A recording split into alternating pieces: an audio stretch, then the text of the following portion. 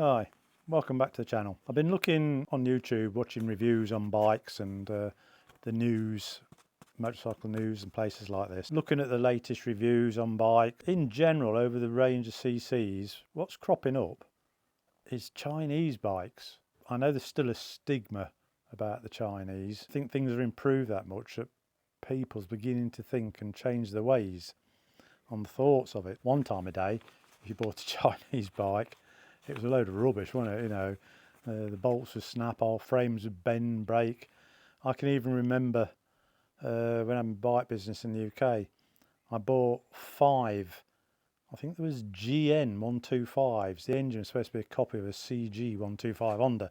There was a small enduro bike. I bought 5. They come delivered on a lorry to my workshop, and they're still in crates. You had to put them all together. I bought 5. I managed to make 4 reasonable ones. I needed the 5th one as spares, just to get the other 4 roadworthy, to get them registered. It was horrendous. I think I ended up selling them not much more than I paid for them, and because I used one as the bits, I bet I didn't even make any money out of it. There was a lesson learned, seemed a good idea at the time. My thoughts now on the Chinese stuff has come a long way, and I can remember slightly before my time, but the 50s and 60s, the British motorcycle industry was at its peak. It was one of the biggest motorcycle industries in the world. Harley Davidson was huge, but besides Harley Davidson, you got the Triumph, the BSAs, the Nortons, the AJS and Matchless was sort of disappearing, but the 3 main ones was there, and they was building the bikes year after year after year. They had no competition whatsoever. Problem was they didn't bring new models out. Their idea of a new model was different bars, different paintwork, different seat, same bike. And I think they're still unreliable, still vibrated, leaked oil, wasn't particularly fast. Then along come the Japanese. Now I can remember when I passed my bike test, I had a 250. I think it was a Kawasaki triple it was. My mate had a Suzuki 250, and now especially my mate's Suzuki 250 2-stroke, it was faster than the Triumph Bonneville. Now we would be out in the 90s, you are with your mates riding around. If you come across some lads on the English bikes, we always was trying to race them. Couldn't live with you. If they got stock Triumph Bonneville or Norton Commandos or whatnot, they couldn't really. No, we was on 250s. They was on 750s, 850s. They couldn't beat the 2-stroke. 2-strokes was the first of the Japanese bikes coming in. Then they started bringing in 4-strokes, but the mistake they had back in the late 60s with them, had no style. They always ugly peaks, weren't they? God, horrible looking things. But by the 70s, they got their act together. They're bringing out the Honda 754, and it wasn't too long before they brought out the Kawasaki 900, and Suzuki got the GSRs. The bikes was looking nice. And all of a sudden, the bottom fell out of the English market. Nobody wanted Triumph Bonnevilles anymore. They weren't as fast, they weren't as smooth, they wasn't as reliable. The English was still leaking oil. Within a few years, more or less, the English-British motorcycle industry was finished. Now, it was just because the manufacturers stuck their head in the sand and didn't believe the Japanese, people would ever buy Japanese bikes. There was always, well, the quality ain't no good, they're cheap, they're rubbish, blah, blah, blah, blah, blah. And the worst thing was, all the Japanese bikes, 4-strokes, was coming out overhead cam. Japan didn't design and make the overhead cam as unique for them. The British made overhead cam bikes. I can remember some of the old ones got overhead cam, but they never moved along with the times. They just know we'll stick to push rod, we'll stick to push rod. Game over. Now, I think the Japanese have had 50, 60 years of the run.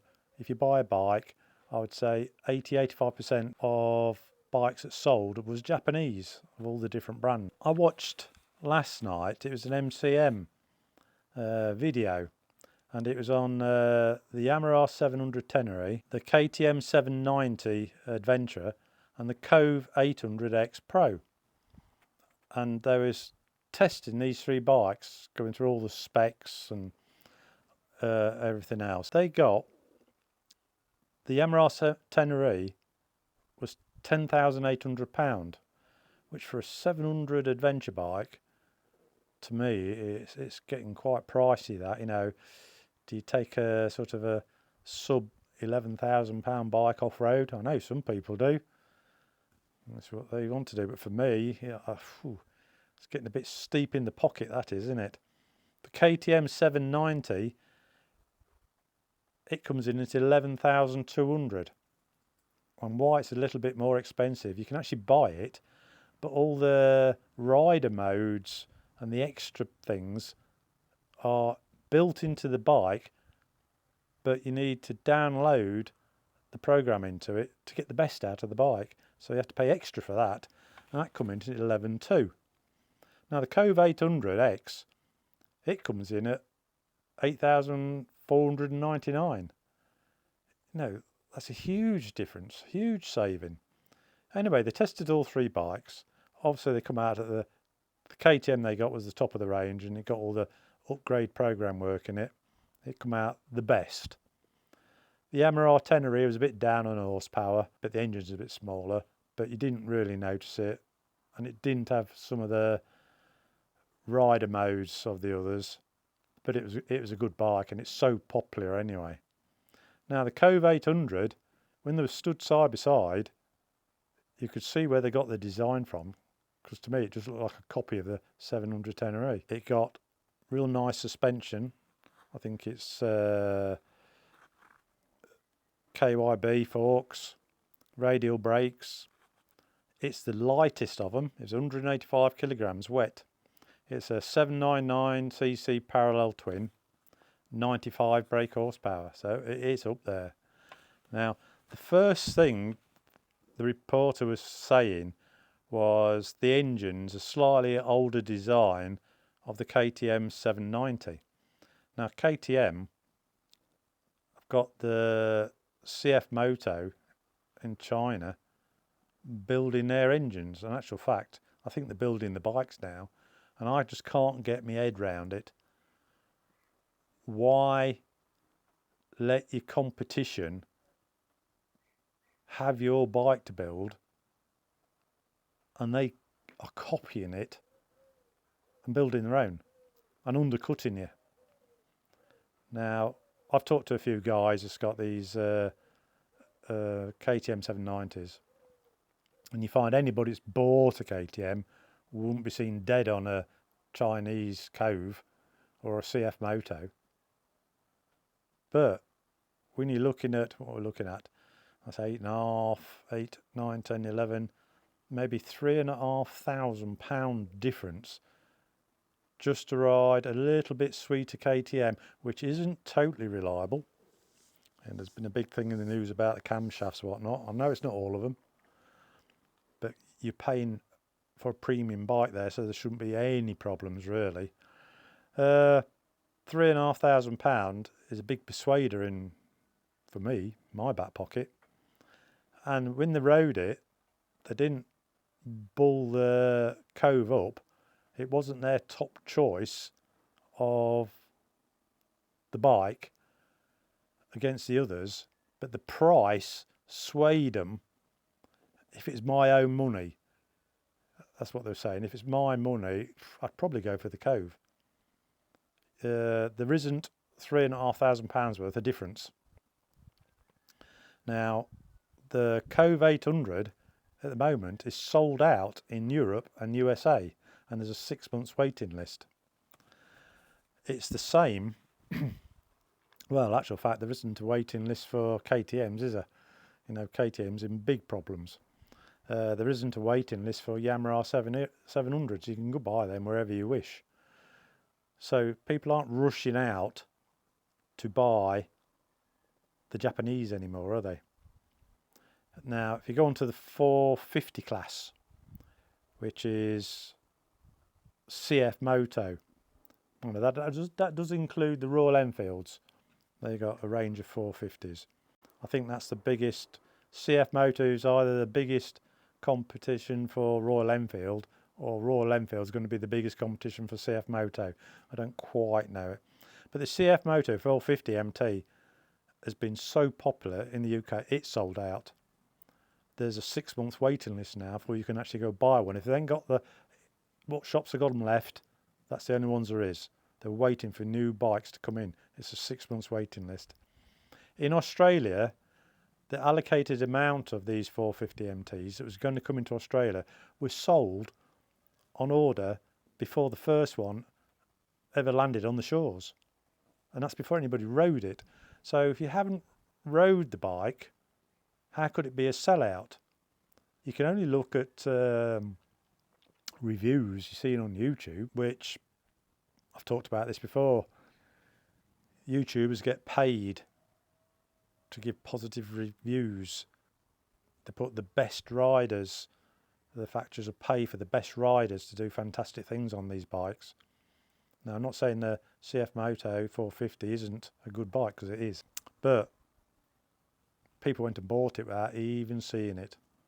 Now, I can't think of any bike in history that's been a sellout before it's even landed in your country. It has. So there's going to be constant back order of these bikes. And I've seen reviews on them already, 10,000 kilometres off-road.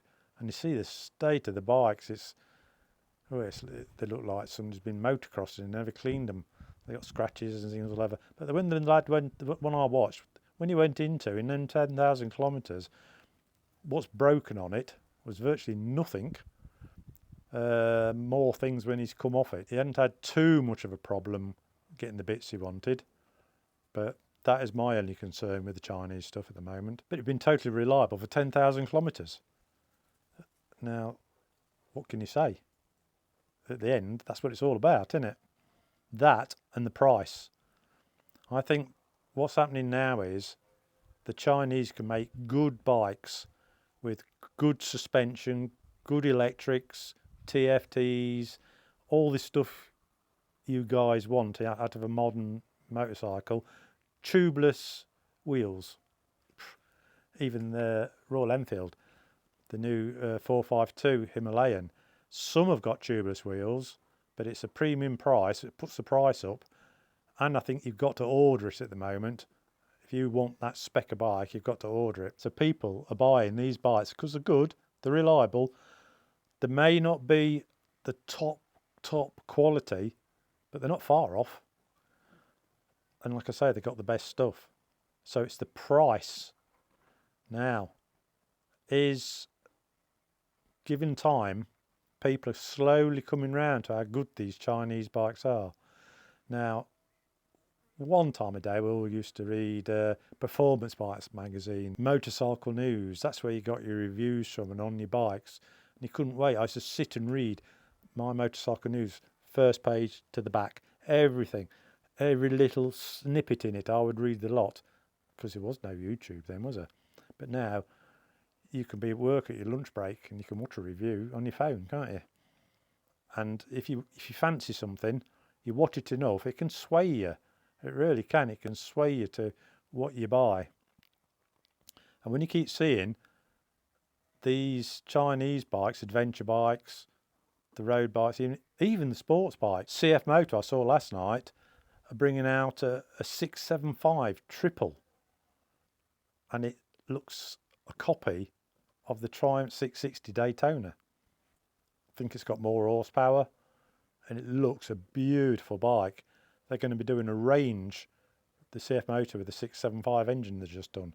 It's going to be competition for the 600, 650 CBRs. Now, there's no price because it's not actually on the road yet, but it won't be long. It's out and they're starting to push what they're doing, letting people know. But you can guarantee, if it's dearer than a Triumph 660 Daytona, I'll eat me hat. I will, because it's going to come under. It'll come under. It'll have nice suspension, nice wheels, the right electrics, nice performance. Now, what's going to happen is you're going to have to be a Triumph fan to ignore it, really, aren't you? No, I got one of my best mates, Cliff. He's an out and out Triumph guy. He's got one of the last Bonnevils that was built at Hinckley in the UK. Nice bike. He raves on about his Triumphs. He's always telling me, just lately, that Triumph are pulling back on having bikes built by Barger, I think it's Barger, out in Thailand and what have you, and they're going to start shipping the building back to Hinckley because they've got decent factories there now and skilled labour and all this. I can't see it. Thing is, you've got a production line, and if it's got 20 guys on it in China, the wage bill for that, I bet, isn't as much as 2 guys in Hinckley. So it's the costs. Your costs of building Triumphs in Hinckley's got to be a lot dearer than building the bikes in Thailand. Now, a lot of the spares are made in Thailand, which they need for the bikes to be built in the UK. So the shipping stuff all over the place. Yes, they are building some Triumphs in Hinckley, but I think it's only a few models. I've not really had a look, but I think it's a little bit of a marketing ploy that we still build Triumphs. Triumph is a UK brand, and we still build Triumphs in the UK. But I doubt whether they're going to be building their 400 street scrambler, the scrambler to the build, or the road version, and I think they're going to build a ADV version. I wouldn't have thought they're going to be built in the UK. It's a massive seller, isn't it? And it's UK guys there all buying them. They're built in Thailand. So for some reason, bikes that's built in Thailand aren't a problem. You've accepted that, and I think you're going to accept Chinese bikes. It's a bit like what Triumph are doing. They're letting a foreign company build their engines. A foreign company are building their bike. Unless they've got some sort of top secret thing in the factories, which I doubt. It won't be too long for somebody's building replicas of the Triumph bike. Build copies. Are good at building copies, and they're not crap copies, are they? It's like CF Moto when this Triumph lookalike comes out. I think it's going to be as good, if not better, than the Triumph Daytona at a far cheaper price. And at the end of the day, things are getting tight. Why pay to have a premium brand that sometimes isn't as good as what you can buy for like £3,000–4,000 cheaper? You know, you buy a Triumph a year, you will have lost the difference. The value would have dropped by more than to buy a brand new CF Moto 675. It's just going to change the way we buy bikes. They keep producing them, and because they're producing them, I think their engineering skills are on the up, so the bikes are going to be turned out better. They listen to what people want. They know what electronics you want in it, TFT, suspension, the type of seats, nearly everything. They're looking where one of the things with the Japanese bikes, I don't think they listen to the people on the street.